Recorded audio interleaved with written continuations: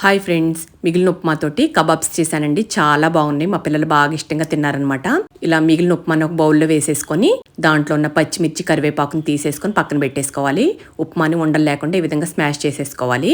అలాగే 2 బంగాళదుంపలు medium size ఈ విధంగా ఉడికించేసుకొని పొట్టు తీసుకొని ఇందులో వేసేసుకొని స్మాష్ చేసేసుకొని బాగా అంతా కలిసేట్టు కలుపుకోవాలి. ఈ విధంగా కలుపుకున్నాక ఇప్పుడు ఇందులో రుచికి సరిపడ సాల్ట్, అలాగే 4 స్పూన్ల శనగపిండి, 1/2 స్పూన్ పసుపు, 2 స్పూన్ల జీరా పొడి, 2 స్పూన్ల ధనియాల పొడి, 1 స్పూన్ కారం, 1 spoon garam masala, 1 spoon amchur powder వేసుకొని అలాగే బ్రెడ్ క్రమ్స్ పౌడర్ కూడా వేసేసుకొని ఒక 3 స్పూన్లు బాగా అంతా కలిసేట్టు కలుపుకోవాలి. ఈ విధంగా కలుపుకున్నాక ఇందులో 1 స్పూను చిల్లీ ఫ్లేక్స్ వేసుకున్నానండి. మీరు ఇష్టం ఉంటే వేసుకోండి, లేకపోతే స్కిప్ చేసేయండి. అన్ని బాగా కలిసాక ఈ విధంగా కొద్దిగా ఆయిల్ అప్లై చేసుకుని హ్యాండ్ కి ఇలాగా ఉండల్లాగా చేసేసుకొని కబాబ్స్ లాగా ఒత్తుకొని ప్లేట్లో పెట్టేసుకోవాలి. అన్నిటిని ఈ విధంగా ప్రిపేర్ చేసేసుకుని ప్లేట్లో పెట్టేసుకోవాలి. ఈ విధంగా అన్ని ప్రిపేర్ చేసుకున్నాక ఇప్పుడు స్టవ్ మీద ప్యాన్ పెట్టేసుకొని దాంట్లో 2 స్పూన్ల ఆయిల్ వేసుకోవాలి.